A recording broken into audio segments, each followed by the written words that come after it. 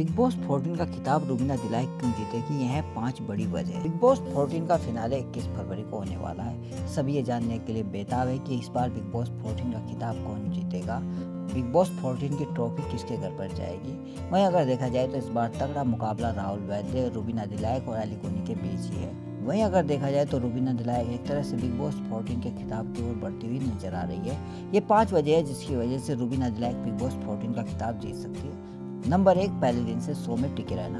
Big boss 14 के घर के अंदर अभी जो 6 कंटेस्टेंट हैं उसमें सिर्फ एक रुबीना दिलाइक ही है जो पहले दिन से बिग बॉस 14 के घर में है। वहीं राहुल वैद्य भी मिड फिनाले में घर से बाहर चले गए थे। वहीं अली गोनी भी घर से बाहर चले गए थे, उसके बाद उनकी दोबारा से री एंट्री। वहीं निक्की तंबोली की भी दोबारा से री एंट्री हुई और Rakhi Sawant as a challenger बनकर आई है। अगर देखा जाए तो बिग बॉस 14 में सिर्फ एक रुबीना दिलाइक ही है जो अभी घर में मौजूद है, जो सिर्फ पहले दिन से ही घर में है। और कहीं ना कहीं इसका फायदा रुबीना दिलाइक को मिल रहा है। रुबीना दिलाइक से फैंस कनेक्ट कर पा रहे हैं, क्योंकि जो भी कंटेस्टेंट घर से बाहर निकल जाता है और फिर री एंट्री करता है तो फैंस कहीं ना कहीं इससे डिस्कनेक्ट हो जाते हैं। लेकिन रुबीना दिलाइक से पहले दिन से फैन कनेक्ट है और उनकी फैन फॉलोइंग और ज़्यादा बढ़ती जा रही है। Number 2, strong opinion.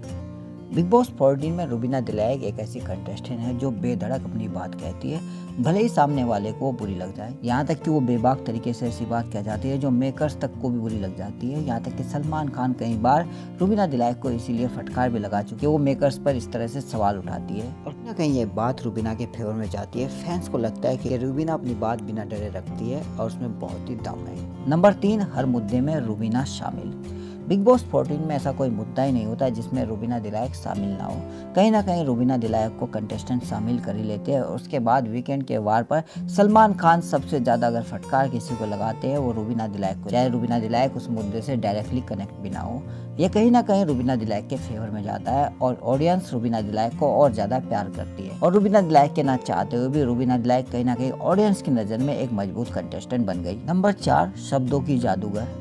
Rubina Dilaik के पास शब्दों की भरमार है। रुबीना दिलाइक की हिंदी और इंग्लिश पर ज़बरदस्त पकड़ है।